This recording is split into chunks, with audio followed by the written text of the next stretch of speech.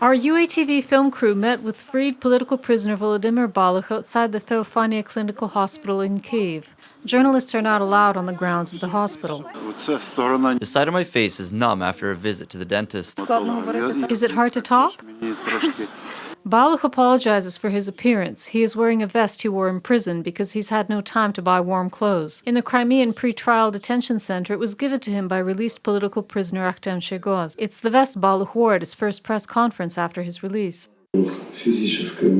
Physical abuse began the second I was detained. In this video, Volodymyr Balukh first spoke publicly about how he was tortured. It was recorded in prison by his lawyer Dmitry Dinze. However, in private conversation, Balukh does not want to recall those horrors. He talks about what's worrying him right now. I have problems with my stomach, there are problems with my spine and teeth, I suffer from headaches. Well, and most of all, I have to consult an ear, nose, and throat specialist because of the consequences of torture. The main thing now is that the Russian prison is behind him. He is not going to live with feelings of resentment. During his imprisonment, he understood and reevaluated many things. 3 days before the prisoner swap, I read the words of Confucius, "If you hate a person, then you're defeated by them."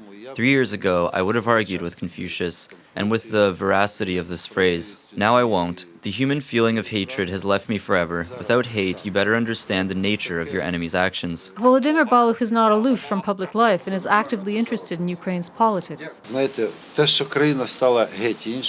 country became completely different. Believe me, I see the changes that occurred in the minds of our people during the years of war and the struggle for independence.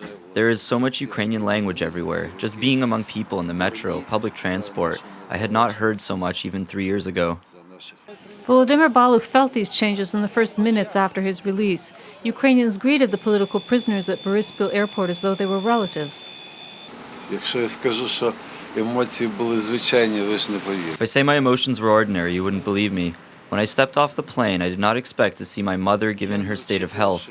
I forgot about everything in the world, about politeness, the need to approach the president, to thank him for the fact that we were released and returned home.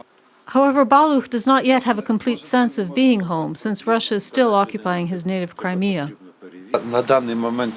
At this moment, I'm a free person living in a free country, but I don't think I'm home. That is, I'm at home, of course, but I will feel completely free when I raise the Ukrainian flag again in Crimea, when we will mark Taras Shevchenko's birthday in embroidered shirts, and when we will recite his poems, sing our anthem, and hear our Cossack march there. Today, it's important for Volodymyr Balukh to be useful to his country and to share his experience. I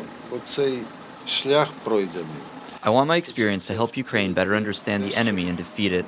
Honestly, I really want to help in the development of the state. Balukh promises to return to the Crimea, but only to a Ukrainian Crimea, liberated from occupiers. He already imagines how this will happen. Of course there will have to be a tank, despite my love for peace. It is better to do it without bloodshed.